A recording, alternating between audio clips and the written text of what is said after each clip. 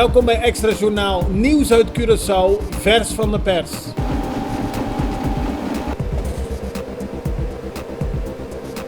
En dit is het nieuws van vandaag. Curaçao krijgt nog geen aanwijzing. Dat heeft de Rijksministerraad vanochtend in Den Haag besloten tijdens een vergadering waarbij onder meer minister-president Eugène Ruggenaat aanwezig was. De partijen praten volgende maand, 5 juli, verder, want de aanwijzing blijft wel op tafel.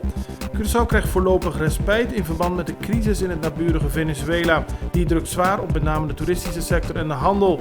Zo heeft de secretaris van Koninkrijksrelaties Raymond Knops gezegd. Hij vindt wel dat Curaçao nu structurele hervormingen moet doorvoeren die de financiële situatie van het land stabieler en beter maken.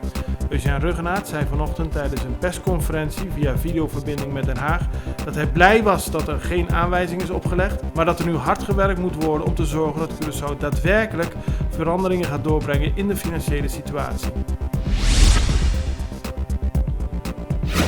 Minister-president Eugène Ruggenaat zei vanochtend dat hij geen spijt heeft van zijn beslissing om alsnog naar Nederland te gaan. Eerder, vorige week, zei Ruggenaat nog dat hij de reis afzegde omdat Nederland met een aanwijzing dreigde. Uiteindelijk heeft het parlement van Curaçao hem min of meer gedwongen toch naar Nederland te gaan. Dat heeft goed uitgepakt, aldus Ruggenaat. Volgens hem was het vooral van belang dat hij tijdens de Rijksministerraad daadwerkelijk kon aangeven wat Curaçao wil gaan doen in de toekomst. Volgens hem krijgt Curaçao nu de mogelijkheid om dat daadwerkelijk te gaan doen. Het moet op een eerlijke manier gebeuren, op een transparante manier en in samenwerking met alle partijen op Curaçao. Ruggenaat gaf aan dat het niet makkelijk zal worden, maar dat het noodzakelijk is dat Curaçao bepaalde structurele veranderingen gaat doorvoeren.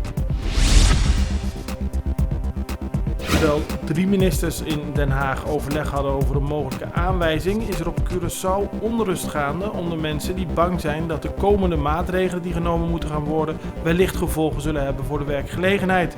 Zo zijn er bij BAP 80 mensen die op dit moment hun salaris niet zouden kunnen ontvangen.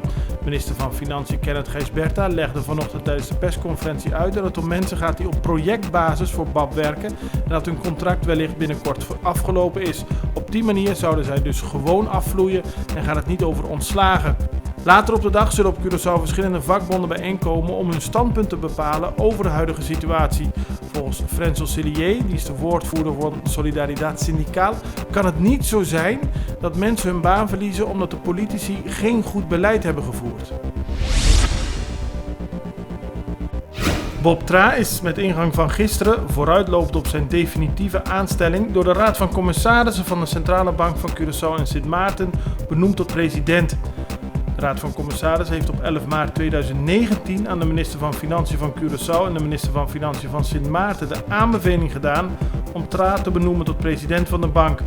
Deze functie werd sinds 17 november 2017 tijdelijk vervuld door Leila Matroos-Lasten. Omdat de regeringen van Curaçao en Sint Maarten geen beslissing hebben genomen, is Tra toch benoemd door de Raad van Commissarissen tot president van de Centrale Bank. Naar alle waarschijnlijkheid zal over 3 maanden de benoeming definitief zijn. Het was feest op heel veel scholen gisteren. De HAVO- en VWO-leerlingen hebben gisteren een eindexamenuitslag gekregen. En dat ging traditiegetrouw gepaard met heel veel champagne, met ballonnen, met festiviteiten en heel veel blijde gezichten.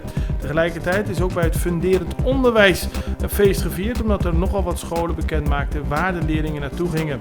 Bij de Reumenschool was het opmerkelijk dat alle leerlingen doorgaan naar de HAVO.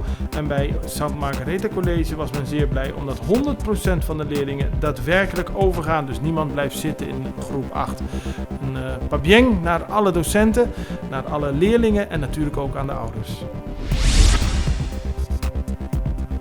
Guatemala maakt zich op voor presidentsverkiezingen op 16 juni. De verkiezingsstrijd is hevig en vooral de uitlatingen van Roberto Arzu zijn opvallend. Hij wil in de voetsporen treden van zijn vader, die eerder president van Guatemala was. Om dat te bereiken heeft hij harde uitlatingen, onder meer over criminaliteit, die volgens hem een van de grootste problemen van Guatemala is. Tijdens een verkiezingsbijeenkomst zei Arzu dat criminelen wat hem betreft maar 2 opties hebben. 2, niet meer.